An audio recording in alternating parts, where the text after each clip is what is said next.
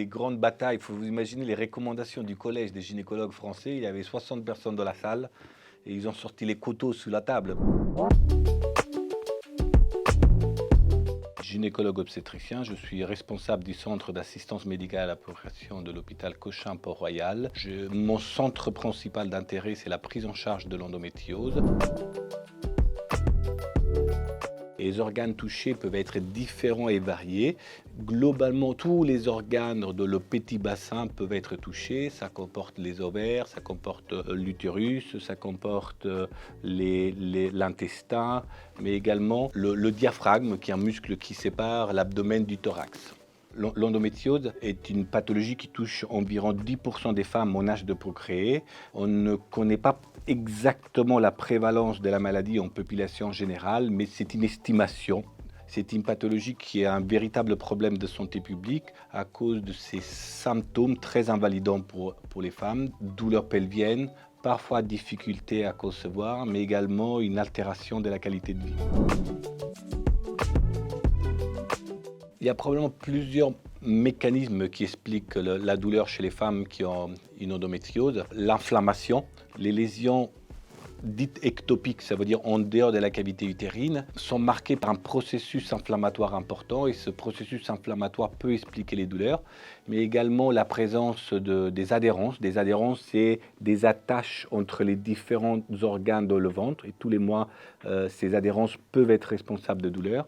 Mais je crois qu'il y a un mécanisme qui peut expliquer ces douleurs, c'est le saignement concomitant avec la menstruation qui tous les mois a lieu de les lésions ectopiques, donc c'est les lésions mal placées, et ces saignements correspondent à un hématome tous les mois au moment des règles dans des différents endroits anatomiques de l'abdomen et du pelvis des femmes. Il y a 4 formes principales qu'on appelle des phénotypes d'endométriose. Il y a des lésions superficielles, ça correspond à des implants accrochés à la surface du péritoine. Il y a des lésions ovariennes qu'on appelle des endométriomes ovariens. Ce sont des kystes ovariens d'endométriose qui peuvent être droites, gauches, bilatéraux. Puis il y a des lésions qu'on appelle des lésions d'endométriose pelvienne profonde qui correspondent à l'invasion plus de 5 mm en profondeur dans les organes. Et puis il y a un 4e type d'endométriose qu'on appelle l'adénomiose et qui correspond à l'endométriose localisée dans la paroi utérine, dans le myomètre utérin. Le plus souvent, dans presque 2/3 des cas, l'endométriose démarre à l'adolescence. Il y a des cas de découverte tardive.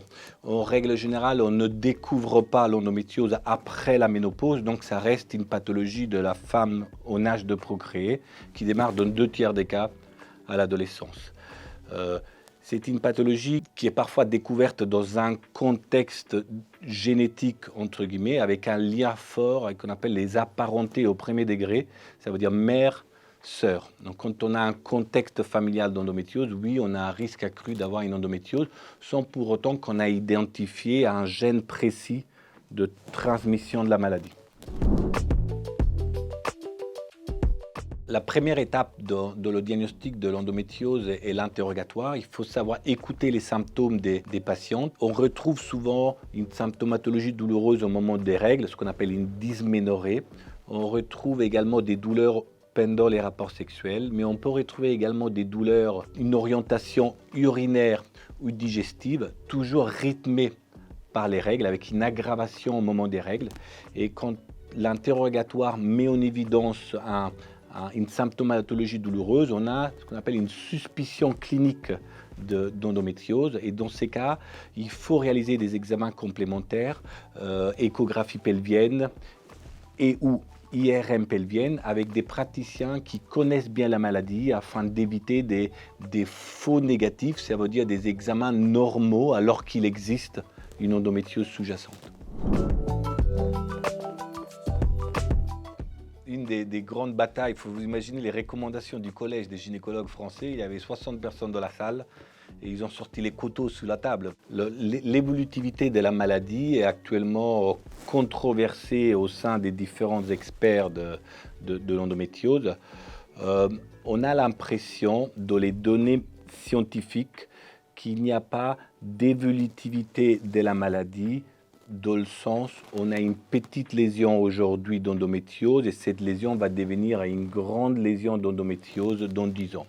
Cependant, il y a des rares formes d'endométriose qui peuvent augmenter de volume au cours du temps, mais il y a également des cas d'endométriose qui peuvent diminuer en volume au cours du temps. On pense que globalement, la maladie est le plus souvent stable au cours du temps.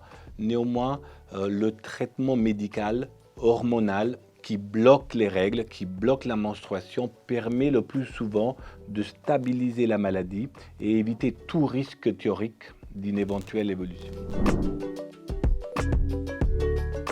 Peut-on guérir l'endométriose est une question très importante.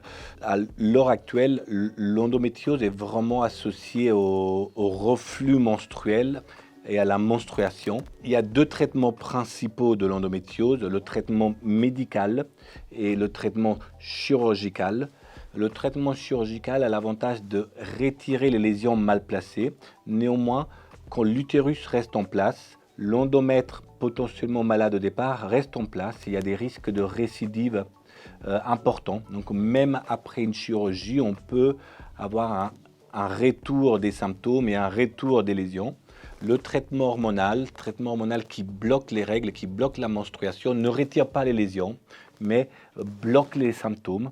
Et je crois qu'on n'est pas certain de pouvoir guérir complètement de l'endométriose, mais le plus important, c'est de guérir des symptômes et de traiter les symptômes. Et c'est pour cela que le traitement hormonal, quand il est efficace, il est très intéressant pour soulager les patientes et leur permettre une amélioration significative de la qualité de vie.